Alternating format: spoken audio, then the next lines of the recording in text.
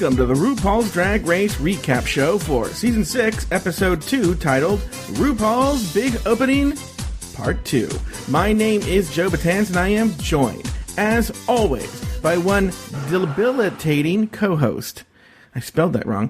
From the podcast pod is my co-pilot. Please, open up your Rolodex of hate for Taylor, the Latte Boy. Hello, Taylor, the Latte Boy. You're a connoisseur of porn, right? Sure, yeah. Okay, I have a question for you. Go ahead. So I've noticed that my computer is slowing down. It's cancer. As it's gotten older. No, Jesus! And so I need to delete old files. Yeah. And how do you decide, how do you make the Sophie's choice with porn as to what ones to get rid of versus what ones to keep? You know, it's funny that you say that. You know who I actually learned this from is former co-host of the show, Daniel Brewer. And I actually keep very little porn on my computer, if any. In fact, I keep none. It's all on flash drives. Okay. That's not a bad idea. Yeah, he kept all his on flash. He kept all of his porn on flash drives so that when he traveled, his porn capabilities did not depend on the internet bandwidth of the hotel. So that's a genius idea. Except I don't have a laptop with me, so if I'm going to be wandering through a hotel lobby with my Mac underarm, then that I might as well just keep it on there. But I will have to remember that for future engagements, so to speak. And I'll be honest with you, it's come in very handy. I've had that happen before. Is that a pun? Oh, I didn't even think about that. It's come in very fleshlighty. And because sometimes the internet goes down for whatever reason. I'm like, it doesn't matter. I have my So does Blake Mitchell in some of the videos that you watch. But I'm going to tell you something, though. It's funny that you say that because I actually had a tragic event happen to me last week. Okay. In that I have a flash drive that has all the dick pics that have been sent to me over the years. Where was this information? Oh, I'm not sharing that with anybody. And, I can't now because what happened was my computer said that thing like, make sure and eject the disk properly before you take it out or something. I'm like, yeah, whatever. You got what you needed out of it and you just yanked it out. Yeah. It's been wiped clean. Oh, no. They're all, Taylor, years of dick pics, some beautiful ones, are gone. They're gone forever. I want to talk to official tech advisor of the show, Adam Burns, and see if maybe there's some because I don't have any problem with Adam Burns. I'll send him the flash drive if he can retrieve the information off there. So you will share with Adam Burns on the chance that he could get it, but you won't share with your co-host. Nice. Okay. Noted. Yeah, Noted. Well, look, I'll just take Cameron's dick pics out of there. Oh, yeah, I don't need to see that. Yeah. But now, actually, speaking of, I'm glad you brought that up. I'm glad you brought Cameron up, Taylor. I didn't want to talk about Cameron. Did I? Yeah, and now you dragged it out of me. So something happened today, and I want your advice on this. So over the weekend, I was just feeling a little. You know what happens is I wake up in the morning, and I just want to love people. Right? And so I send very nice text messages to people in the morning. That's, have a good day to, that kid that I mentor. Have a good job in school. Or Sweet Michael will get like a sweet Snapchat. I'll send you one too if you want. Yeah, I was going to say, or I'm so glad I do Drag Race Recap with you. Well, wait, I've never gotten that text message, but okay, that's fine. Because Whatever. I'm anticipating the sigh. Well, here's the it's easy with Sweet Michael because Sweet Michael and I, you have to understand, this is purely... It's almost like so meta, so postmodern. But you know those awful Bitmojis that people send? Yeah. We send them only to... I can't speak for him. I only send them to him because they're so funny how bad they are. And we try and outdo each other by saying each other the corniest, worst one ever. Okay? Mm-hmm. So, I often will send those things to him in the morning. So one morning on Sunday, I woke up, I'm like, you know what? And for those of you who are new to the show, a year ago, I broke up with my boyfriend named Cameron. And we haven't really... in fact, I blocked him on any way you could get a hold of me. I blocked him. Mm-hmm. And I go, you know what? I'm going to unblock him. I'm just going to send a very nice text message. And I sent a text message that said something along the lines of, a lot of the shows that we used to watch together have been coming back. And that it's... I've been thinking a lot about you lately because of that. And I miss our conversations. I miss shooting the breeze with you. And just wanted you to know that. And, you know, I kind of liken what we had to like a TV show that you really like and it gets canceled. And as much as you would like to spend more time with Liz Lemon and the gang, there are no more stories to tell. And you just have to rely on the reruns, you know. And I hope everything's well, you know, from afar, Joe Betance. And then I sent it and I blocked him again, right? Because we had a moment of maturity immediately followed with a moment of immaturity. Excellent. So then I just go about my day. And I told Sweet Michael, but that was it. Not because it was shame, just because I didn't even think about it. And this morning I wake up, and do you ever use the app Square Cash? It's like Venmo. Yeah. Okay. And I see I have 2 Square Cash payments from Cameron for $1. So I'm walking around for the morning going like, oh, that's kind of cute. That's the one way he can still get a hold of me. And he was sending those dollars to say like, hey, I got your message and this is the way I'm saying I appreciate it, right? Oh, no. But then I go to clear the notifications and you can put memos on them. And so he's using the memo to communicate with me. Okay. And he says, and actually let me quote him word for word here. I took screenshots here. You're being neither cute nor endearing. Leave me alone, you inconsiderate asshole. Okay. So, now, here's the thing. I will concede I am probably an asshole many times. But I think the one thing all my friends would say, I'm not inconsiderate. Especially with Cameron. But what... Now, go ahead, Taylor. Yes, you have thoughts? No, I was going to say, and what was your reaction to that when you saw those... Okay. I know it sounds like a stupid question, but what was your visceral reaction when you saw that? I was shaking. I was very sad. I immediately called Sweet Michael, because for those of you listening again who aren't hip to the whole Cameron saga, I recommend episodes 1 through 149 of catching up to catch up on that. But I called Sweet Michael, who lived with Cameron for a time and knows Cameron very well, and to process it with him. And I was very sad, and because I wasn't expecting that response, and that's response is actually uncharacteristic of Cameron. He doesn't usually get angry like that, which is weird. So what's funny is I had shared with Sweet Michael a few weeks ago that in theory, to me, Cameron's the coolest person ever. That he was just going about his life like, Joe who? I don't give a shit. Whatever. I'm just fucking anything that walks. I'm cool. I'm a guy. I'm a cool guy. Mm-hmm. And Michael goes, well, now you have confirmation that he doesn't. How did he put it? But like, you got confirmation that that your relationship affected him. Yeah, true. I go, it is a kind of painful validation of that. Now, here's the thing. That's pretty much the only. I was going to say that's the validation that a psychopath would want. Oh, I don't want that. But yeah, I don't want that. But I'm sad. But. And I'm going to respect his wishes, and I'm not going to contact him. I'm going to leave him alone, even if it is some sort of veiled, like, no, really, I don't care. I'm just going to leave him alone, right? I should have done that, and I recognize I shouldn't have done that. But yeah, I'm sad, and I'm sad not because I do realize that his reaction says more about him than it does about me, because I wasn't doing anything mean. But I'm sad that somebody that I care about has those feelings towards me. And I realize it's a reaction to what I did wrong. My guess is that he's reacting that way and like, fuck you, you inconsiderate asshole, that you send me a text message like that and then don't let me respond. Okay, but you could drive yourself nuts playing the game of if. Okay. As far as maybe he did this because I didn't allow him to respond.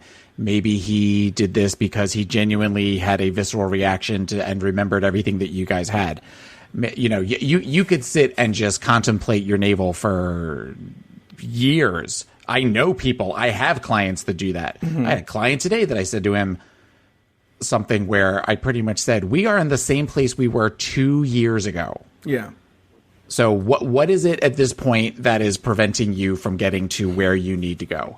And he kind of talked about it, and I was very blunt and very direct with him. But I mean, this Cameron has, regardless of whatever the reason is, Cameron has stated to you he wants no more contact. So whether that is a wait, I was kidding, come back, whatever it is, you know, you are a caring person. You are a sensitive person. You recognize that, you know, the best thing to do is to respect his wishes. As hard as that will be for you, that's the thing that, you know, for your own mental health, you need to do that. No. And I want to state for the record, I have no interest in contacting him again, which is funny because, remember, I was operating under the assumption before that he didn't care. I thought in my head I would send that text message and he'd be like, oh, sweet, and move on with his day. So the fact that he does care so much makes me frightened to even engage. Like, no, I don't. I'm glad I blocked him. And so I have no interest in engaging him. I'm just a little, and actually, it hasn't really affected my day. I've gotten my work done. I've only thought about it in that I knew I was going to talk about it today. Mm-hmm. But it hasn't really affected my day. I'm a little sad. I guess the question I want to bring up with you: Have you ever had a breakup like that where you and then the other person has some sort of anger towards you? Well, yeah. I mean, I've had breakups that have profoundly affected me. A guy we talk occasionally on Pod as my co-pilot about my last partner. And at one point we lived together for like 6 months after we broke up because we were trying to decide what to do with this house. And it was where we were friendly with each other, but it was, you know, things were getting slowly more and more tense over time. And there was something where I had like an electric bill that I needed his half of the money on or something. And then that just snowballed into all of this stuff. And I remember at one point it was the knockdown drag out that we needed to have because we had always been where we're above this and we're mature. Well, no, we needed to have where the screaming and yelling. And at one point he just stopped for a second, looked at me and went, I hate you. And it was like he shot me in the face. It was where, I mean, I immediately burst into tears. And I remember thinking to myself, why would you say something like that? I have done nothing. I have gone out of my way to have it to where where we can live together, and for you to say something like that, it really affected me. So when you said that was kind of the first thing that went through my head. And the second thing was the guy that I was in love with all through high school that I moved to Florida. I kind of chased him down here, and 3 weeks before graduation, we got into a huge fight, and then he wouldn't talk to me. And I was like, oh my God, what have I done? I'm moving 1,200 miles away thinking I was going to have this friend that was going to be local. And now I know no one. It set me off for years of where I was not in a good place. Because also on top of that, I was still straight. Oh, you were? Wait, what? In my head, it was the friendship was just so important. You know, I was clearly in love with him, but I was not able to reconcile that that's what was going on. Yeah. It was just where I found this person that I wanted to be in my life. And while I was not strong enough at that point to admit it, I kind of knew it to myself, but I didn't really know it. And because I didn't officially come out till I was like 19. But, whoa. You know. That's still very young for our age, actually. Not anymore, though. 19 is like for old, our age, yeah. For our generation. Yeah. No, well, then I was very but I think that me moving away helped me to come out earlier, come out at 19, because I was supposed to go to a school. My mother wanted me to go to St. Joe's University in Philadelphia, which is a Jesuit Catholic college or university. She wanted me to go there. And I imagine had I gone there, I would have been one of those guys that was married, had the kids, but secretly like going to gay bars on the side or picking up, that kind of stuff. I always wonder what my life would have been like had that been the case. This week, 7 more girls. You are such an asshole. This week, 7 more girls walk into the workroom. The contestants take a photo shoot at a slumber party, and for the main stage challenge, dig into their boxes. Magnolia Crawford is a negative Nancy, while Jocelyn Fox doesn't know what a quinceañera is. After the judges' critiques, Bianca Del Rio was named the winner of the challenge, while Magnolia Crawford and Darian Lake were placed in the bottom 2. After a lip-sync battle for their lives, Darian was granted another shot, while Magnolia Crawford was asked to sashay away. Taylor, name 2 things you liked about the episode and 1 thing you didn't. Well, between the 2 halves of this season, I definitely like more contestants from this season. Obviously, there's Bianca, and we'll talk about some other ones. But so I enjoyed seeing this group more so than the first group that we saw on last week's episode. Something else that I liked. I liked the challenge. I thought it was a fun challenge. It kind of stayed with the theme of the last one. So technically, they all kind of did the same challenge. They just did it on two different days. The thing I did not like was I did not like the mini challenge with the pillow fights. I thought that a lot of the pictures were not really good as far as the feathers in the face, and many of the pictures just looked awkward. What about you? I really liked, actually, the main stage challenge like you. I thought it was simple, but it was good. Yeah. It wasn't super complicated. It was a simple challenge, and it was good. I, unlike you, though, liked the mini challenge, and we'll probably get into it more later when we talk about the mini challenge, but I actually did like the mini challenge, and that's why I differ from you. I didn't hate this mini challenge. What I didn't like Bianca.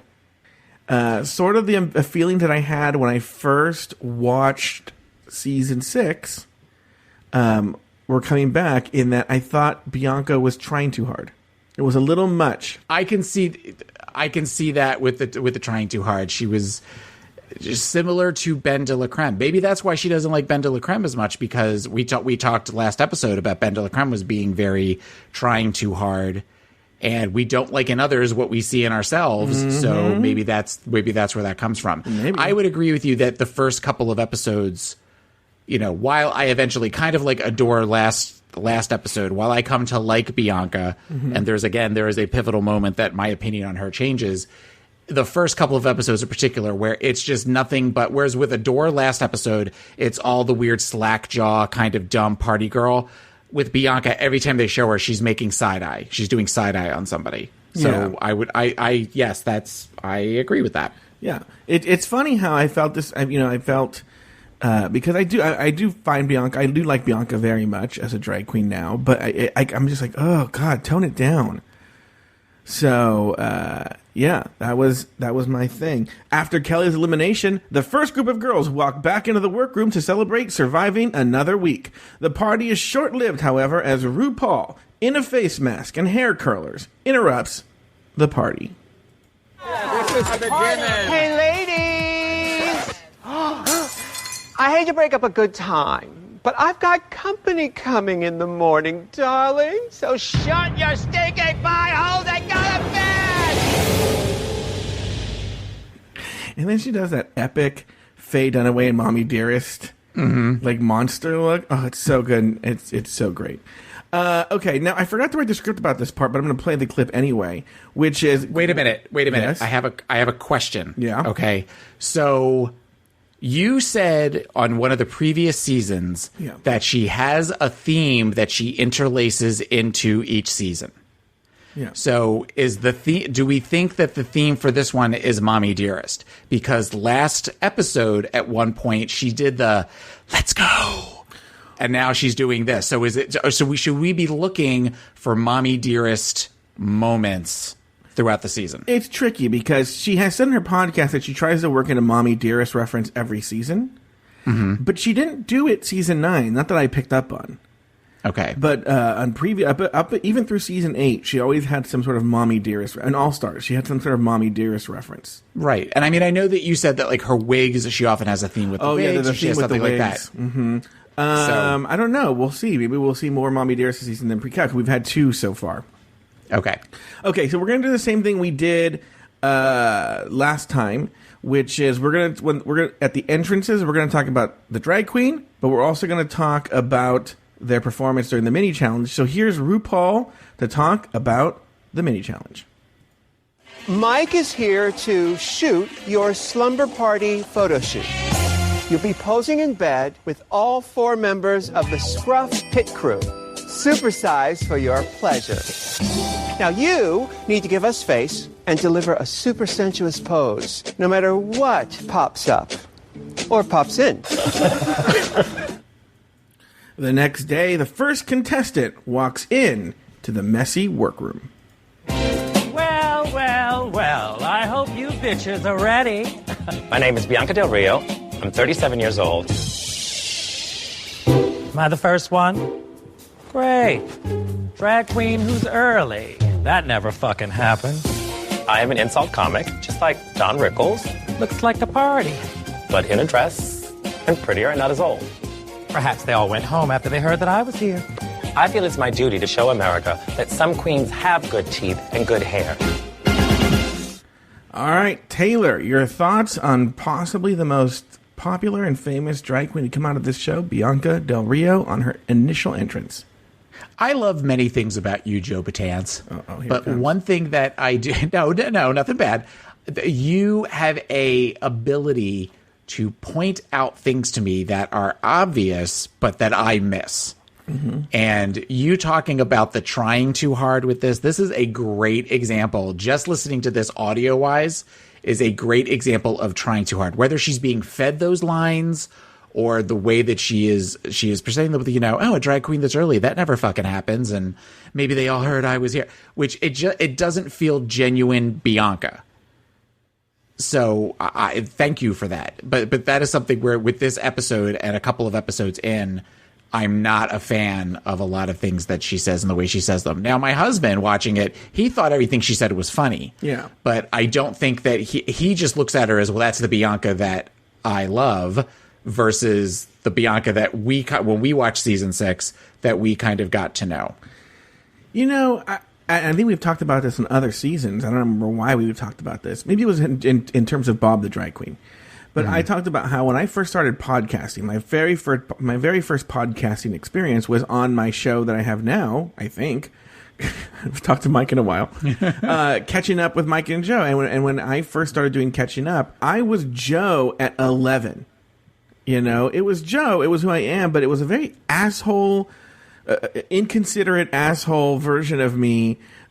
Trying to poke at Mike on purpose, and it was extra. And we've talked about this on the show. Taylor couldn't stand me until I cried. That's what Taylor needs, someone to cry.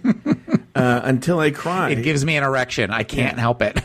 Until I cried, Taylor didn't like me, and so as much as I'm criticizing Bianca, I've seen it in myself where you're new to this and you don't know how to handle it, so you're you cubed. Yes. And by the way, it wasn't that you cried. It was that you showed your vulnerability. You showed the chink in your armor. That wasn't racist. Gia Gunn was last week, Taylor. I know. And she's not even Chinese. If I thought of that last week, if we had figured away, then you could have said, next up is Gia Gunn. But, oh well. No, and... what was I going to say? Yeah, you were talking about Bianca being So extra. we know. I mean, we have the benefit of knowing that she becomes super lovable and super amazing as the season progresses. As she becomes more comfortable in her skin, and this is also true, by the way, for people who you really love, and we saw this in season 9. For people that Valentina's a good example of this. For people that you really, really like at first, and then once you do it for long enough, the real you comes out. Alexis Michelle from season 9 is another good example here, where you can only hide it for so long. But in this pressure cooker situation, the real you comes out, whether it's the good side of you or the bad side of you. I don't know where I was, but I was reading an Oscar Wilde quote, and it was, if you want to see someone's true face, give them a mask. Okay. And I kind of feel that's true here too, is that they're going to put the mask on for a while, but eventually their real self, the truest version of themselves comes out. And in this case, Bianca was trying to be amazing. So if Bianca in some ways is almost the anti-Valentina, because whereas you saw where she was really beloved, Valentina was very beloved at first and then became very controversial. It almost feels like Bianca was very controversial at first, but then became very much beloved. It's hard because Valentina is still technically beloved, but maybe Alexis Michelle is a better example. I feel like Alexis Michelle in the beginning was actually very likable. And then as the show progressed, you were like, ugh, oh my God, okay, we get it. Yeah. So and that's when her true control issues came out, where I think Bianca, she was more comfortable to dial it back. Speaking of someone whose opinion changed, next up, let's hear it for Miss Trinity K. Bonet. I am Trinity K. Bonet. I am 22 years of age. Hi. Trinity is video fish. I'm about as close as you're gonna get to Beyonce. Okay, Taylor the Latte Boy. What were your thoughts on seeing Trinity K. Bonet walk into the workroom? She doesn't look like Beyonce, but... No, she does not. I forgot how much I liked her. There is something about her. There is something about her that is... You kind of... And I know that we'll talk about some stuff in later episodes about things that go on with her, but... There is something very much of where you kind of want to protect Trinity in some ways because you just kind of see her. Maybe it's hindsight is 2020, but you kind of see her in a different light. I found it interesting how much it seemed like her and Bianca clashed heads, considering what we know happens the rest of the season. But I liked her. Sorry. Well, and maybe no. You know, I didn't like her, and I'm wondering if I'm letting off-season stuff, cloud my decision here, but I found her not very likable, and in an episode later, as we'll get to, I found her completely very unlikable, and so I think she's kind of in the background in this episode. And maybe we'll touch on her this episode, but I wasn't a big fan of her, but I remember in season 6 not necessarily being a fan, but sort of being indifferent. And you know what's so funny is I remember thinking, oh, she has bad teeth in the first time, but I didn't realize she had that fake grill. Yeah. And I really saw it in HD on the runway. I'm like, oh, look at that horrible fake grill she has. Well, but either that or she's got like chiclets. So she's got to have one or the other. I'd rather see the fake teeth than those horrible little nubbins that she has. Yeah, it's a mess. It's a mess. What's going on there? Any other insight in Trinity K. Bonet? If I can speak to can I speak beyond this episode to future episodes without getting specific? Sure. She feels like she is kind of in some ways the Chi-Chi Devane of this season to me. Okay, I could see that because I sort of get the same feeling about. It's alarming about, and again, maybe we should save it for the next episode, but it's alarming how much Kimora Black and Gia Gunn are so similar. Okay. And so it's people are like, don't compare me to that person, but it's sort of crazy. Well, let's move on. Let's give a big wonk wonk to Jocelyn Fox. I'm Jocelyn Fox. I'm 26 years old. Jocelyn Fox is all about the look and showing body. Jocelyn Fox is one foxy lady. Wonk wonk. Taylor, your thoughts on Jocelyn Fox? I forgot Jocelyn Fox was in this season. And I get her and April mixed up a little bit in that they're both kind of young, twinky, fishy queens. Even though they don't necessarily look a lot alike, but they just kind of mold into one person to me. Mm-hmm. You're giving this look like, what? Well, April is so fucking beautiful hot. Oh, no, I get that's why I said not in looks, but yeah. I don't remember disliking Jocelyn. I just kind of remember Jocelyn just sort of being there and being... She I don't remember her having, like, any negativity. I never felt negative towards her or anything. She's okay. I was watching the Meet the Queens episode, and in it, she mentioned she's gunning for Miss Congeniality, and you can feel that. But I also didn't remember thinking how, like, she's so stupid. Yeah, she is kind of stupid, and the weird eyebrows is not cool. But yeah, and I feel there's a lot of weird taste levels with her on this episode, and like, I don't know, there's something she seems. I feel like Tammy Brown is more aware and more kooky and plays up the camp element. But she's like Tammy Brown if Tammy Brown wasn't self-aware and didn't play up camp. Because Jocelyn's not campy. She's trying to be fishy. But I don't see that. I don't see that parallel at all. Tammy Brown is in her own world. That's a whole other planet. I see what you mean. I guess what I was trying to say is that Tammy Brown also seemed to say weird, kooky shit the way that Jocelyn does, but I feel like Tammy Brown's very self-aware that what she's saying is kooky, and that she's being kooky, and that she's being weird. Okay, yeah. I mean, there is an awareness that I think Tammy Brown has. Though I think Tammy Brown kind of tiptoes on both sides of that line. Mm-hmm. Where I think when she says things, I think she just kind of opens her mouth and things come out, and they just happen to be kind of weird. whereas Jocelyn doesn't seem smart enough to do that, if that makes sense. I mean, she seems like a nice girl, but she doesn't seem like a bright girl. Yeah. No, yeah. It doesn't seem like she's the brightest bulb in the bunch. Which, speaking of, actually, you know who does seem very smart? Who? Got Milk. She does a body good, girl. I'm Milk. I'm 25 years old. Milk is a club kid, a very conceptual performer. She is not one note. She is an entire symphony. thoughts on Milk, Taylor? Milk is cute as a boy. I know you like Milk as a boy. He's okay. I appreciate Milk's drag aesthetic. I am not a huge fan of Milk's drag aesthetic, but I can respect it and I can appreciate it, especially for those that really love Milk stuff. I'll just leave it at that for now. But Milk is cute as a boy.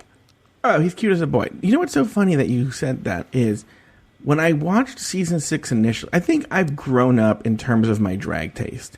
And I think when I feel this does come up in this season quite a bit. It's funny how even it's only been 3 or 4 seasons, how much the opinion of drag aesthetic has changed. Where I think fishiness was really held up on a pedestal at season 6 and season 5, whereas now it's not it's not a bad thing, but it's not the be all and end all of what you're trying to do with drag. And so I didn't get Milk at first because I was new to drag and I only got fishy, and I think that's sort of like the gateway drug is fishy queens when you're appreciating drag. Now with hindsight and seeing all the seasons that I have and going back and watching more seasons, I really appreciate Milk's drag aesthetic. I really liked it this episode. We'll see what happens, but I remember the episode. I remember the outfit she wore when she left, and thinking that was, even then I thought it was a genius outfit. So I liked what I saw today. I even kind of liked the beard, which is so funny because they really came down on the beard, and then 1 season or 2 seasons later they had a beard challenge. Yeah. So yes, you're right. I did think of that. You know, there's something else that happens this episode that I want to talk about that I think is a throwback to something that happened in a previous season. Yeah, but that I would agree with that. Yeah, because Santino comes down, and I think even one of the guest judges comes down on Milk for not looking fishy.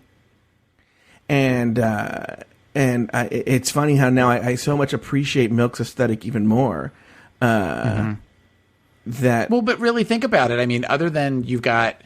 All right, so season 4, the big turning point would have been Sharon. Sharon kind of pushed the envelope a little bit, you know. And then for season 5, was there really anybody that was like outwardly out there, like gender fuck? Yeah, no, not that I can think of. I mean, you know, maybe Alaska to some degree, but she still was kind of that fishy with the big hair and all that kind of stuff. I think they cast Alaska as Sharon Light. I think that was sort of the shadow that sort of followed her through season 5. Yeah. So this is really the first time, because you figured this season 6, we have Milk, and you even have to, you know, even though she wasn't around really long, but, what the hell's her name? The one, the Game of Thrones one. Lena Headey. With Ornacia. Oh, Vivacious. Vivacious. So you have kind of where that's pushing it a little bit, even though her look was dated. But then you think about in season 7, you've got like Trixie Mattel with the crazy, you know, which is kind of Bianca blown up as far as the makeup goes. You've got Pearl with, you know, the dark hair and the weird black thing. You've got Jasmine Masters with like the beard. You know, you've got all of those things that are kind of exploding beyond what was known when you look at seasons 1, 2, and 3, where it's all nothing but fish. Yeah. No, you're right. And I think this is when we're starting to see the hard turn here is with Milk. Yeah. You know, I realized we're not talking about the mini challenge shots. Even though I honestly don't remember most of the pictures for the mini shot challenge because I didn't. You know what? We'll tackle it at the end. I have one thought on the mini challenge, and we'll tackle it at the end. We'll just do it at the end. But let's say hello to probably the most respected queen in all of Drag Race history. Wow. My name is Magnolia Crawford. I'm 28 years old, and I am Seattle's sexiest drag queen. I'm not sexy. Seattle's funniest drag queen. I'm not funny either. I view myself as the world's most glamorous trash queen. Look at that nose. Her contoured nose to death. Oh, who are you pointing at? Nice to meet you, Bianca. I thought she was a fucking swordfish. She could flip pages in a book. Okay, so thoughts on Magnolia Crawford? Why? Why would we waste time on Magnolia Crawford? She's somebody that she's forgettable. I mean, in spite of everything else, the twist with her is the only reason anybody would remember Magnolia Crawford. That and the nose. That it's so ridiculous. I have minimal to no thoughts other than she's kind of cute as a boy. Once again, I'll say, I think I had your opinion the first time I saw it. I had a deep hatred for Magnolia Crawford. And you have to understand something. I'm a proponent of the idea of redemption. And what I mean is I would love for them to have a season of queens who come back who should have gone farther. Like Kelly Mantle. I would love to see, okay, Kelly Mantle, you said you got the short end of the stick on that episode. Let's bring you back. Tammy Brown, James Mansfield. Maybe James Mansfield or I think James Mansfield, the last 2 minutes that James was on that episode of season 9, that was what I think that was what they brought her on for, and she didn't show it until then. So I would say James for okay, that. Mimi M first. Tempest du jour. Tempest du jour. I wouldn't do Tempest du jour, but I could say Tempest du jour. Yeah. Who was the first to go in season 8? Well, how about Pork Chop? Pork Chop. I would love to see what Pork Chop from season 1. Yeah. I would love to see what these, supposedly, even though she's very hated, supposedly Serena Chacha has grown up a lot. Remember, she was very young. Said, okay, bitch, God, I totally forgot about her. I would love to give you redemption, Mm-hmm. And so I was kind of hoping to find that same glimmer with Magnolia Crawford, and I did not. I never want to see her ever again. And, she got so much hate for this episode. She quit drag. And she wouldn't watch the episode and doesn't do Magnolia Crawford anymore. Well, I know that she was at the reunion. I know she performed that. Well, she's contractually obligated to show up to the reunion. But, but she was just so bitter and so angry, and I just liked her even less this time around. Well, and I'm sure we'll talk about that a little bit later on, because there's some psychology going on there with some of the things that she said in the Untucked episode. But we can talk about that later with Untucked. Okay, sounds good. Moving on. Is this America's Next Top Model? Oh, sorry. Just kidding. My name is Courtney Ack. I'm 31 years old. I'm originally from Sydney, Australia, but now I live in West Hollywood. I guess my reputation could intimidate the other queens. I'm most famous for being a finalist on the first season of Australian Idol. All right, Courtney Act. Taylor. I have always liked Courtney Act. I liked her from the beginning of her season, from this moment throughout. I think that she is beautiful as a queen. I think she's very cute as a boy, even though I'm normally not a blonde fan, but there's something about her that I like. She seems funny and personable, and I was a fan from moment one. How about you? Yeah, I thought she seemed very nice. She seemed very sunny, and she didn't seem fake. And as we know in later episodes, they're going to do that fake weird drama where she was mean to Jocelyn, which we all found out was not true, and we'll get more into that then. But she seemed completely pleasant and nice. I had no problem with her. Good. At the end. But unfortunately, that's all I have to say about her. Yeah, there's not a lot to say. I mean, she kind of, her work sort of speaks for itself. That's kind of the thing with Courtney Act. There's just not a lot to say, and that's good. She does the job, but you don't have a lot to say about her. Yeah. You know who you do have a lot to say about? They better widen the doorways and reinforce the runway, honey, because the big girl's in the house. I'm Darian Lake. I'm 24 years old, and I'm a compulsive liar. I was picked fan favorite on the online Facebook contest. Some of the queens are pretty, I'm prettier. Some of them are funny, I'm funnier. And some of them are big, but I'm bigger. Taylor, your thoughts on Darian Lake? Darian Lake is one of those performers that I bounce back and forth on. There's things. Shut up. There's things that I like about Darian. And there's times I remember on the show where she's just comes off as just a bully and just kind of a bitch. And I don't like that. That's the part of Darian that I don't like. But I feel like there are moments for her. She's really kind of the biggest girl that's ever gotten as far as she has in the series. So I appreciate that. I think that when she is done up in drag, there are times that she is beautiful. I think there's other times that she wears things that are not flattering at all, which I'm sure we'll talk about that in the runway looks.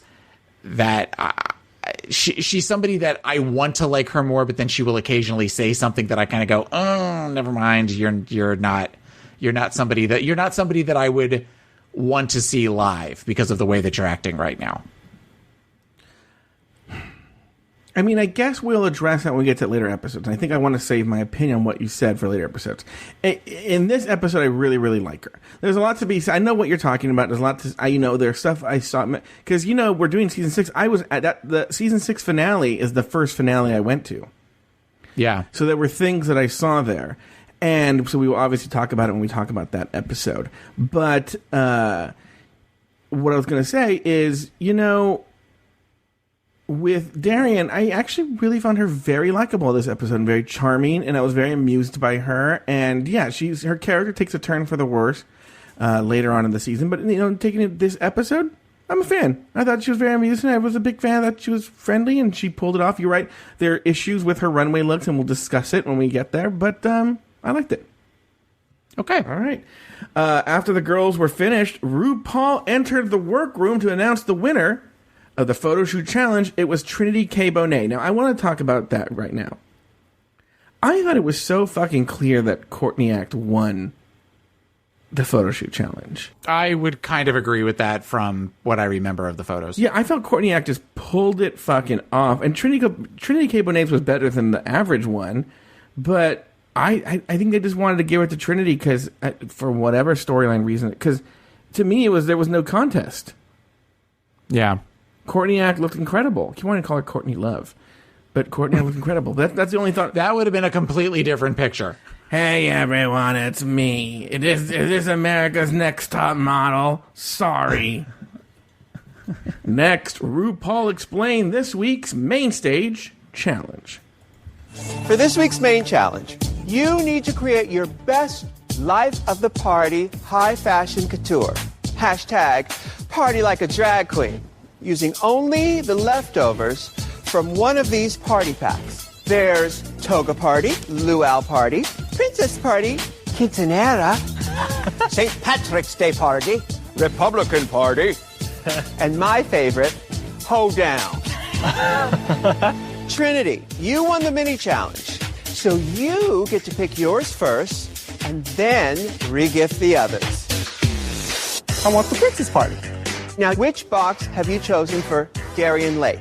St. Patrick's. St. Patrick's Day Party. What about Jocelyn Fox? Quinceanera. Quinceanera for Jocelyn Fox. Yay! Magnolia Crawford. Hold on. All right. What about Courtney Act? Republican. That seems fair and balanced. For Bianca Del Rio, Luau. Hope I get laid. So that means that Milk gets the Toga Party. Okay, so we're going to get to the looks in a very short bit here, Taylor. But what I want to do right now is I want to talk about one of the big storylines from this episode, and it's Magnolia Crawford. In the workroom, Magnolia Crawford was not happy about the contents of her box. Okay. Hey. That's ugly. Oh my god, this is awful. I got a bunch of shit. It has nothing to do with my style. Jesus Christ. That's ugly. Later, during RuPaul's table visit, Magnolia had no problem explaining her displeasure with the assignment. Magnolia Crawford. Hi, Ru. How you doing? I'm feeling real honky-tonky, ready for a hoedown. That's the party box you got, is the hoedown. That's the box I got. What was in there? Hideous fabric. Really? I got a big old sheet of denim. Oh, denim is good. We like denim. Yeah, I don't think it screams high fashion. There's this brown, which looks like shit. What is Magnolia Crawford's style? I think of myself as a glamorous trash queen. Uh-huh. Things that are so ugly, they're pretty. Well, listen, this challenge could be right up your alley. Turn it out, Magnolia Crawford. Thank you. Okay. Taylor, Magnolia Crawford. Well, I'm glad that she left so early so that we didn't have a whole season of Magnolia Crawford. So, because we recently watched an episode of another season for another Patreon member that involved season 5, and I had to hear Ivy Winters 85 times in that one episode and thought, oh God, I forgot how much I hated that. RuPaul is absolutely right. I mean, if you're calling yourself a trash queen, a glamorous trash queen, somebody with true creativity could have taken denim and what was probably like a fake leather and stuff like that and really turned it out. Thinking about season 9, when Sasha Velour made like a cowboy outfit using like a handkerchief material and stuff, that's an example of somebody doing high fashion yet doing the camp, kind of doing the trashy with the perceptions of what, you know, cowgirls would wear versus high glamour queens. Mm-hmm. We were so focused on that we didn't get what we want, and or other reasons that we were on the show, that we didn't think it through. And obviously that was abundantly clear with her runway look and critiques and an eventual elimination. Yeah, I found her super, super unlikable. I found her incredibly unlikable. And, like, yeah, you call yourself a trash queen and then fucking make it work, bitch. Make it work. Yeah, because the final look, you can't tell me there wasn't other things in there that you could have done to have really turned that out. You know, the fact that she used pretty much one piece of fabric to make the cow dress when she had denim and she had this brown that, you know, even if it's like you take brown and you cut out little squares and put little patches with, you know, a big thick sewing on it, hem, whatever you want to call it. I don't know. I like the way fashion looks. I don't know anything about the technical terms. She could have done so much. Well, don't you think? I mean, let's actually think this out. We don't know fashion, but she's clearly going for like a Rue McClanahan look. Like, what would Rue McClanahan wear? Would you agree? Where do you get Rue McClanahan? Just sort of the 80s Golden Girls aesthetic. You don't get that from Magnolia Crawford's look? You mean the runway look? No. Just her general overall aesthetic. Oh yeah, she wants to be one of those old Southern ladies. So my question is like, what would a Rue McClanahan do with that box? Well, okay, when I think of Rue McClanahan, I think of Blanche Devereaux. Yeah. So I'm picturing something that's some sort of pantsuit type outfit with the jacket, and she could have done the jacket where it could have been the cow print, or even that might have been too much. But to do something underneath the jacket that would have been the cow print, and then something with the denim. You know, there's got to be. I mean, I think Santino said something about adding a cowbell or something silly to it to show the comedy, show the camp, yet still be glamorous. We've seen that with other queens. This just tells me that she is somebody that is of lesser stock and can't think beyond the fact that she got something that she doesn't like. And then to be so openly blatant and ugly on the first episode, the first time you meet RuPaul.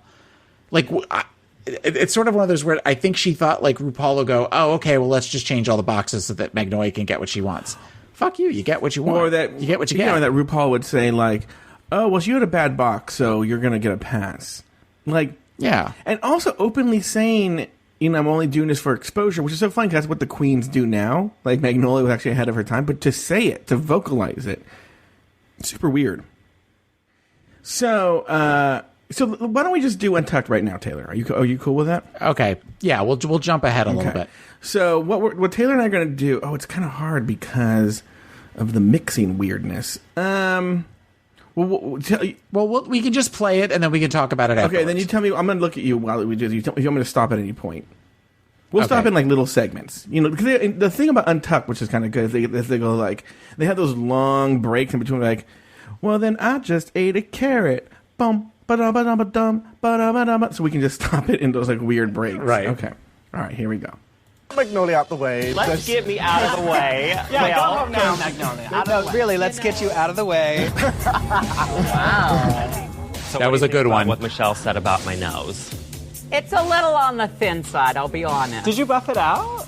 You know, it looks a little less dark. Well, I'll be honest, like, when I contour my nose, like, I want it to look so stupidly skinny that you can snap it like a toothpick. Can I ask you this? Why didn't you say that to them when you were on stage?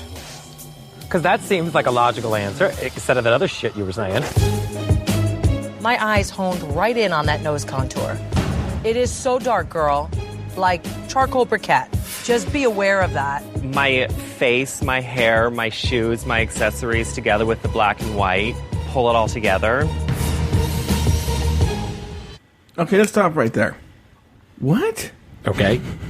Well, it makes no sense. It makes no sense, one. Two is... I mean, again, going back to things that we noticed, you know, on a second viewing, is now watching it in true HD and knowing what it is, it's ridiculous. It's horrible. It's absolutely and it's horrible. like black. Her nose is like, it's not even like a thin contour. It's like black. It's like it's dirt. It looks like dirty. It looks like she had dirt on her hands and went to rub under her eyes and smeared dirt on the sides of her nose. And I want the audience to know, I am not good at spotting this. Okay? So it's not like, sometimes they say things on the runway about their makeup or about the clothes, and I'm like, I guess they're right. I can't tell, you know? Particularly when they talk about like shading and shadows and stuff like that. But this one, like, a blind person could tell that her nose is black and weirdly super, super skinny and bizarre.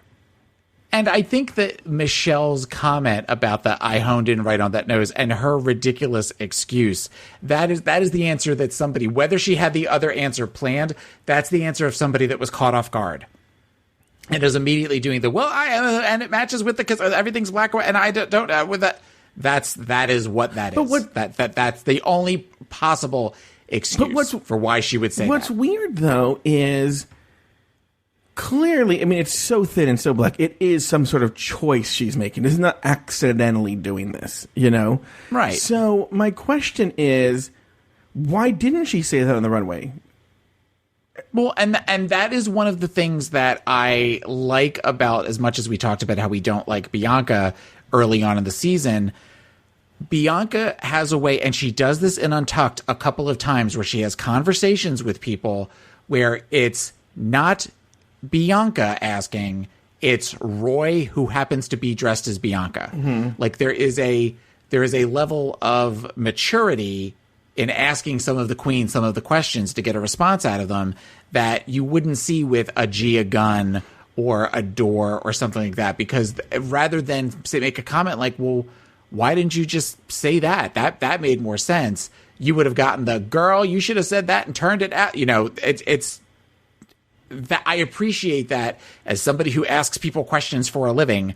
I appreciated watching Bianca ask that question point blank and just say, why didn't you say that then? It doesn't make any sense. All right, let's move on here. Okay. You were digging deeper. You were baby Jessica. You were in that fucking well, and there was no way out. When I look at this dress, I feel like Hoedown meets high school prom in 1993. This is RuPaul's Drag Race Season 6. Learn how to effing sew. And I felt for you because I'm going, shut up, shut up. I agree with him, though. Honestly, you really should know how to sew coming here. You don't sew at all. You hot glued that whole dress. I'm not ashamed of my craftsmanship. Right, but should somebody get more credit for being like, oh, I don't sew and I have a great outfit. I'm just lucky. Girl, shut the fuck up. I'm not stupid. The thing is that if they try, And if you go into it and you try, and you have the outlook of going, I tried, this is what I was given, this is what I made with it, and not be defensive, I think you would have had a better chance. It did come across very forceful. It's that point where you have to just look at it for what it is. You know, they said I'm wearing too much makeup. All right, they're liars. No, I'm kidding. Are you wearing any makeup? But once I decided to put myself in this situation, I have to adapt. So I did something I don't different. think you should have to adapt. No, but I think... Because they want to see you. I'm not going to adapt because I am here for me. Thoughts on that so far, Taylor? By the way, for the audience to know, there are certain parts where they go back and forth, and I'm sorry. I'll try to be better now in saying, like, okay, they went back to the main stage, and now they're back in on top. But they were going back and forth there a couple of times. Any thoughts on that, Taylor? I think that everything is valid. Everything that Bianca is saying, everybody that all the queens for the most part are saying is valid, including to a degree Magnolia here. In that when she said, you know, I'm going to adapt, and Magnolia said, well, why? They want to see you. They don't want to see. I think that adaptation and growth are two different things. You know, because you don't want it to be where, when you think about all of the winners all don't really necessarily look alike, at least not as the seasons go later on, because it's easy to kind of fall into that trap of, well, they're saying I'm wearing too much makeup, but then you end up looking like everybody else, versus Bianca that kind of has that clown thing going on and embraced it, but maybe took some of their notes as far as to soften it a little bit while still keeping the clown part. So I can see kind of Magnolia's point on that one statement, but the rest of it is just horseshit. But it's when Darian says the thing about, you know, how can you be on the show and not so, or whatever it is that she says, she's right. And then for Magnolia to say, well, do you think I'm stupid? Well, right now we all kind of do. Yeah. What are your thoughts? Yeah, she's coming off really, really ugly. And not only with her nose, but just her personality. Like, there's nothing likable about her. And that's you know, she went on here to get exposure. Now this is we're in the early days of actual RuPaul's Drag Race having an influence on a bigger scale. And this season actually itself takes it to a whole other level after this season. This is a big tipping point for the show, but she is not presenting herself as very likable here, and that's an important part of your fame on this show. Let's move on. Girls who are willing to adapt with the competition are boring and have no spine. I'm not here for the money. I'm not here for the grand prize. I'm not here to challenge myself.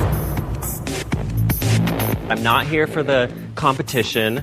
None of that. To be honest, I'm only here for exposure. So they're all shocked here. Mm-hmm. And but what's honestly though, at this time you still went on the show for the money. Maybe for a little exposure, but that wasn't the main thing. And it's funny now how really the exposure is the main thing. Well, because now as it's gotten bigger and you do these tours, you know, I'm going to see at least 5 or 6 of them in September when they come here for Battle for the Catwalk. Mm-hmm. You know, so it's sort of like when the early days of American Idol, so long you made it to the top 10, you got to go on tour, you got to go on the American Idol tour. Mm-hmm. I think that's what this is kind of now for queens, that so long you're not perceived as a filler queen early on, there is money to be made there, and you do get the exposure without necessarily all of the stuff that goes along with the contract that the winner has to sign as far as appearances and stuff. So, but at this stage in the game, that wasn't necessarily recognized yet. It was still, yeah. But she's calling it out. You're there for the crown. So when you hear all the awkward silence, guys, everyone's going like, "What? You're only here for the exposure?" And it's like that's like a common thing. I mean, that's the thing now, you know? Let's move on. When you finally do get exposed, you better have something to show.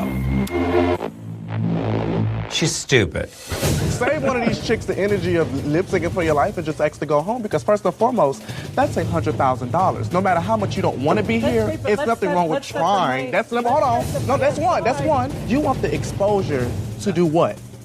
To travel and be an entertainer? I want the exposure for my ego.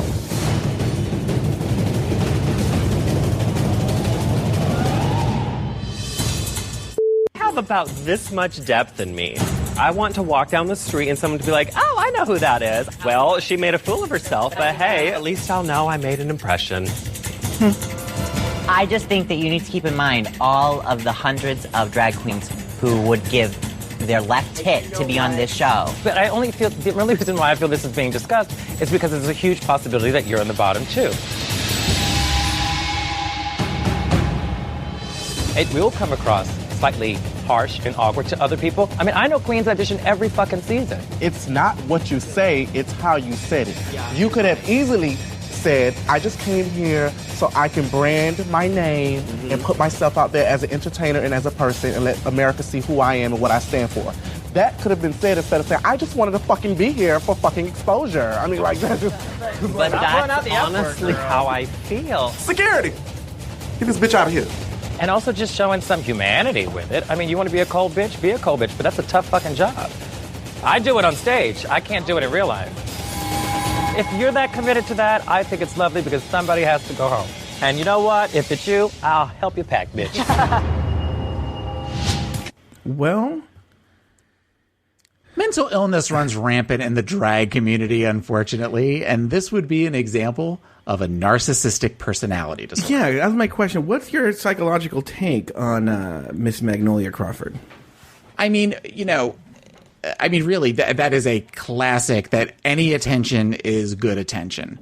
And though we obviously didn't think this through if we retired from drag almost immediately after.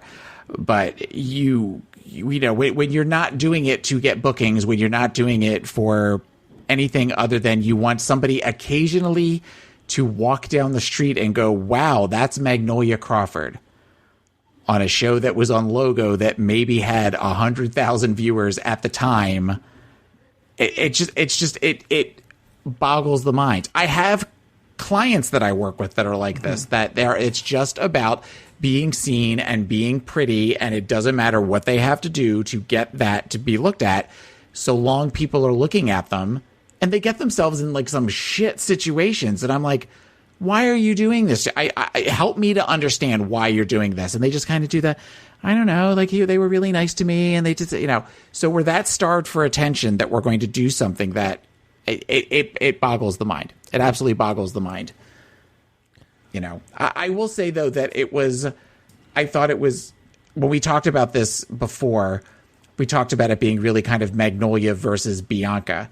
And I was pleasantly surprised to see like Trinity kind of standing up for queens that have been on the show and or want to be on the show, and Jocelyn saying things and that kind of stuff. I mean, but the fact that she was very, well, that's just the way I feel, I can appreciate that to some level, but there is also, you kind of keep your mouth shut with shit like that. What do you think? I don't know enough to say whether she has a narcissistic personality disorder. I'm not a licensed therapist.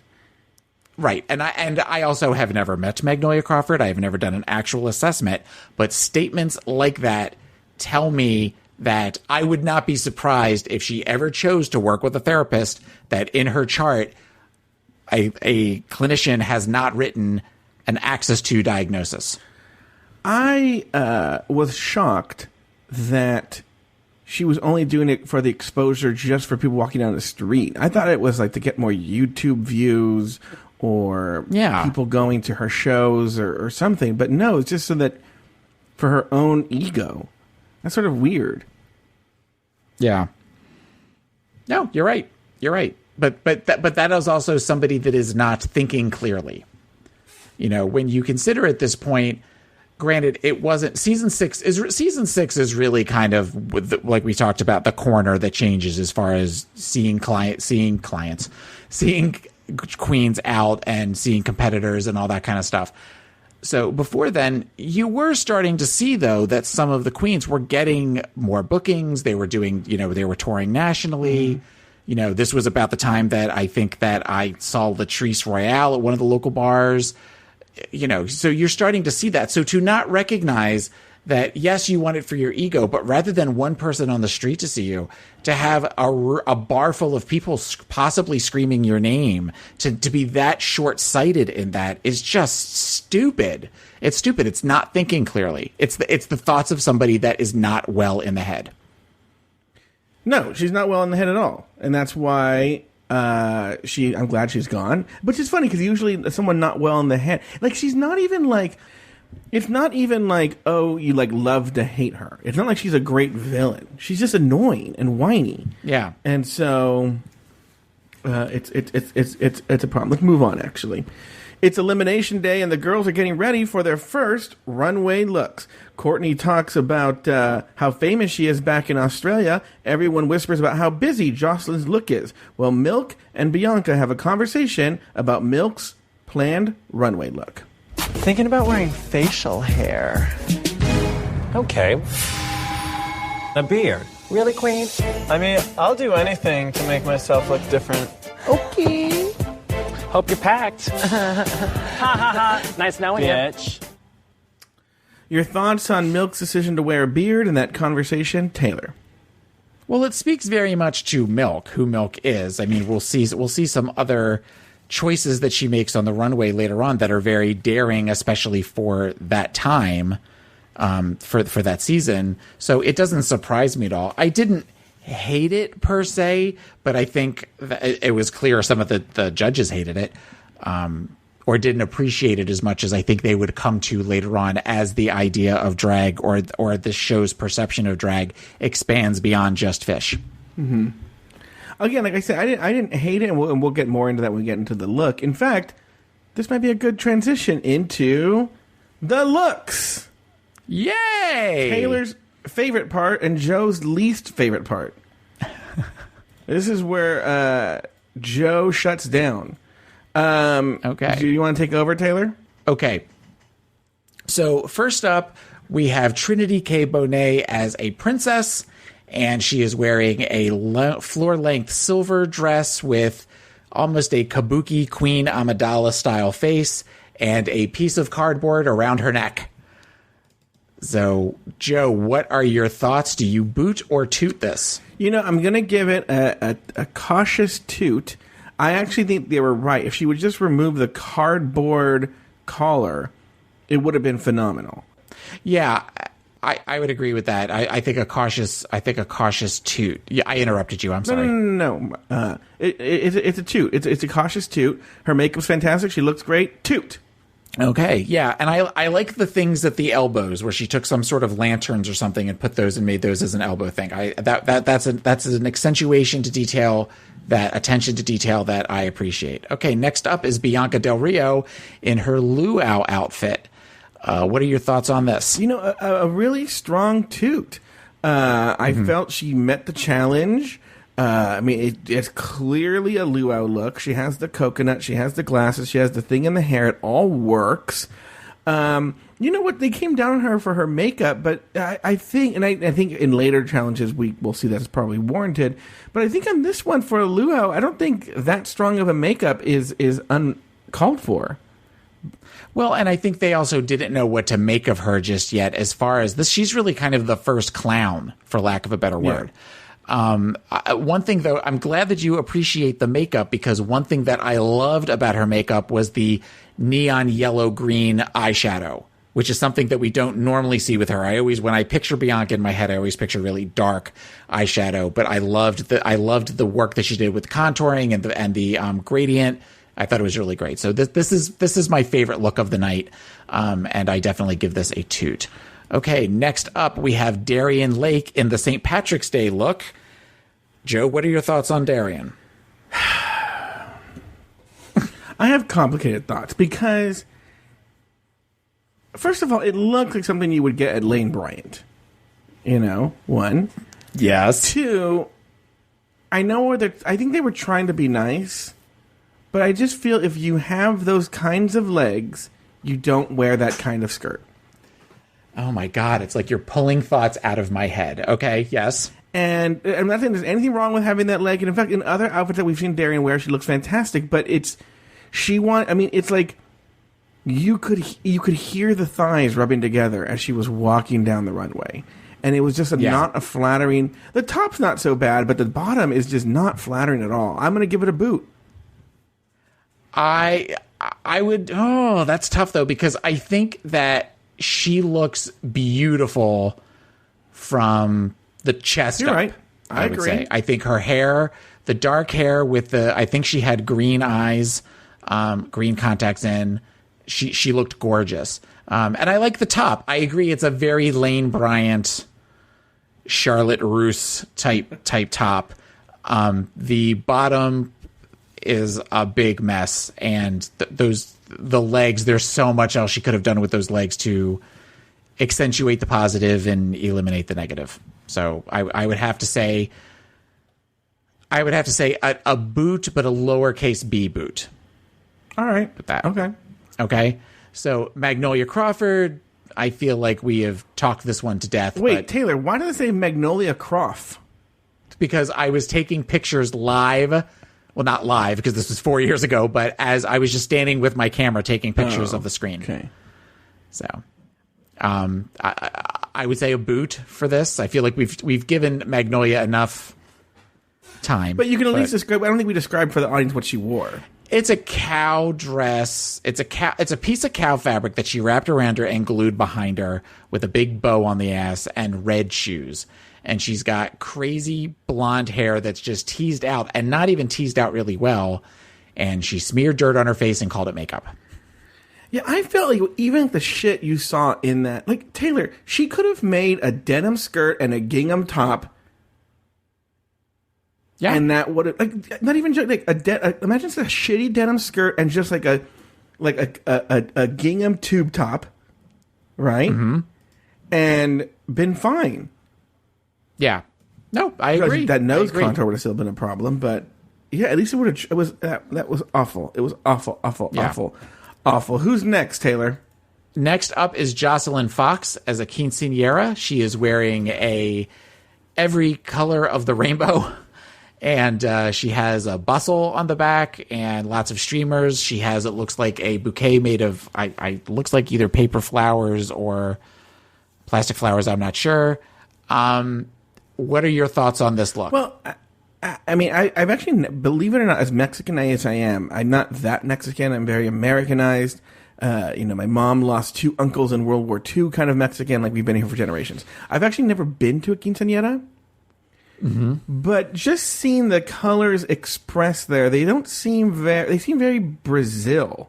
Which maybe Brazil does quinceañeras, but it doesn't seem very Mexico to me. Like, that's not something you would see Valentina wear. It's I always picture for quinceañeras, I always thought white. Yeah, they were like basically like wedding dresses. Yeah. Yeah. I don't know. They should have just called it, Carnival or something.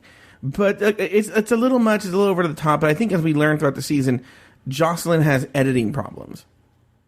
Yeah.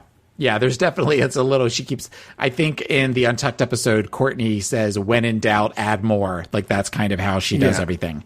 I thought J. Jolie had the same problem. Yeah. Oh, God, J. Jolie. I forgot about J. Jolie. She did porn. Oh, I don't want to think about that. I would give this a boot. Oh God, no. I would give this a boot, but I do love the colors. I love those bright colors like that, but the look is just, it's a little much. So next we have Courtney Act as the Republican Party. She's in a bikini with a sarong with a big starfish in the front. Nothing says Republican Party like that outfit. Yeah. And okay, do you have a problem with the fact that it's supposed to be Republican Party, but everything is blue? Yeah, this is. I think I remember thinking she should have been clocked more than she was. Yeah. Now, that being said, the whole kind of wet hair over the one eye look, super sexy. Super sexy. But the look itself is very bland and boring, and anybody could have put that together. And that's why I am giving it a boot. Yeah, I feel like Republican Party, you're going to dress like Elizabeth Dole. You're going to go very conservative. And I think this... Well, maybe Elizabeth Dole wears outfits like that. You don't know. But Sarah Palin was out by this point, because it's weird to think that Obama ran for the office the first time before the show premiered. But Sarah Palin had been around. I think you go a Sarah Palin look. Yeah, well, I mean, you're also looking at how much time they had to put together an outfit. So, and we don't know what level to which Courtney actually sews. Yeah. So to come up with a Sarah Palin, like a pantsuit or a business suit could have been a lot. But I'm giving her she could have taken some of. Okay, she could have taken some of Magnolia's denim and made jeans and like a little top, and then walked around with a fake gun like Sarah Palin or something. Yeah, I don't know. Yeah. Okay, and last up is Milk with the toga party, with the infamous beard and long flowy pants with a sheer top. And I don't know if she's supposed to be topless under, or if there's supposed to be some sort of... It looks like there's a bra. Okay. And a lily pad on top of her head, which I didn't quite get, but... I don't... okay, look. I'm for the beard if you can tell me why it's supposed to be there, but why is it supposed to be there?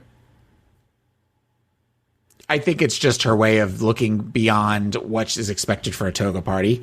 Because think about it. You have a drag queen doing toga party. What is she going to do? She's going to take some sort of sheet and kind of lace it over and then put some sort of gold jewelry on to kind of give it that Greek look. She took this and made this a very Milk outfit. And for that, I appreciate it.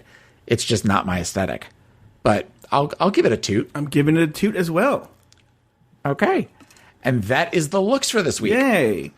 Okay, during the judges' critiques, Magnolia and Darian were read for their looks and were placed in the bottom two. During the lip-sync battle, the two went head-to-head on Turn the Beat Around by Vicky Sue Robinson. Magnolia chose to be funny, I guess, operative, I don't know if that's how funny she was, rather than know the words, and that earned her a one-way ticket home. Back in the workroom, she had a farewell message. It's a shame they didn't get to love me as much as I love me. Yeah, I might have come across a little abrasive. The thing is, all publicity is good publicity. So I'm going to take it and run with it. Peace the fuck out.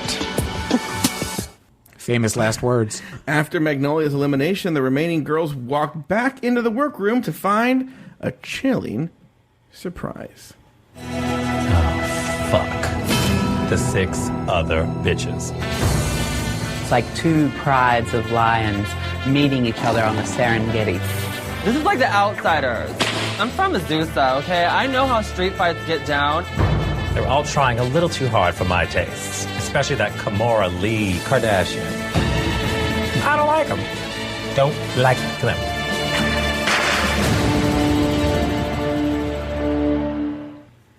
Taylor, any final thoughts on the episode? Well, okay, the one thing that I thought of was, you know how sometimes they do where somebody will wear, the beard, and then they have a thing that's all about beards the next season. Or there have been other things. The Madonna thing was screwed up the first time, so they did Night of 1,000 Madonnas the second time. I almost wonder if this idea of doing things about party, they never use the phrase Party City, but I almost wonder if this is a callback to season 4's. This is your party. Go back to Party City where you belong. Oh, interesting. So that was my one thought.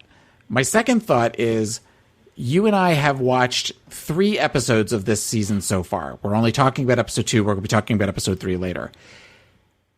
I don't know if it's something with the iTunes copies that I have or something, but on all 3 of them, at least one of the contestants does not seem to know the words to the song. Like, where they're pretty much just saying watermelon, watermelon, watermelon, watermelon all the time to look like they know the words. Yeah, but I felt like that was a problem too with on season 9, which is when you and I were recording this after season 9 aired. And I think there must be some sort of like audio syncing up or something like that, or editors do something to make them look worse than they are.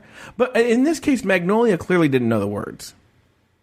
Yeah, no, that's obvious. But I mean, when you think about on season 5, when Coco Montrese did Cold Hearted Snake and the whole like little rap thing in the middle, and she sort of pointed at her mouth to say, look, I know all of the words to this, you would think at this point there would be a higher standard for knowing how to lip sync and knowing your words. I guess the answer is if we watch the Coco Montrese episode, because we know she matched in real life. So if it doesn't match on the iTunes, then we know it's an iTunes thing. If it does match, then we know it's these people don't know the fucking words. Well, because it seems like one of them always seems to, in this episode, Darian seemed to know most of the words, would occasionally slip up. I don't know. I almost wonder if it's an HD thing. This is the first season in HD, right? No, season 4 is the first season in HD. Oh, okay. So they've been in HD for a while. Okay. Any other thoughts? Taylor the Latte Boy. No, how about you? Do you have any final thoughts? I don't think so. Let me see if there's anything in my crazy notes.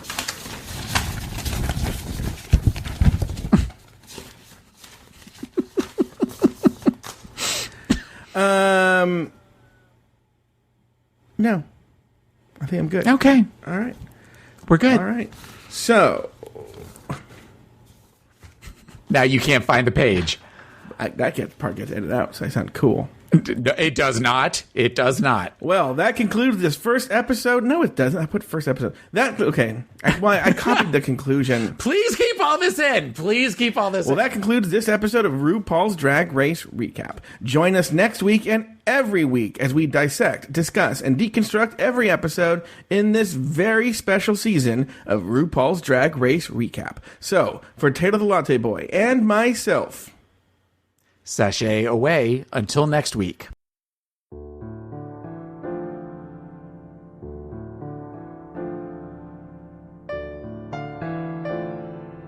RuPaul's Drag Race Recap is an Afterthought Media podcast.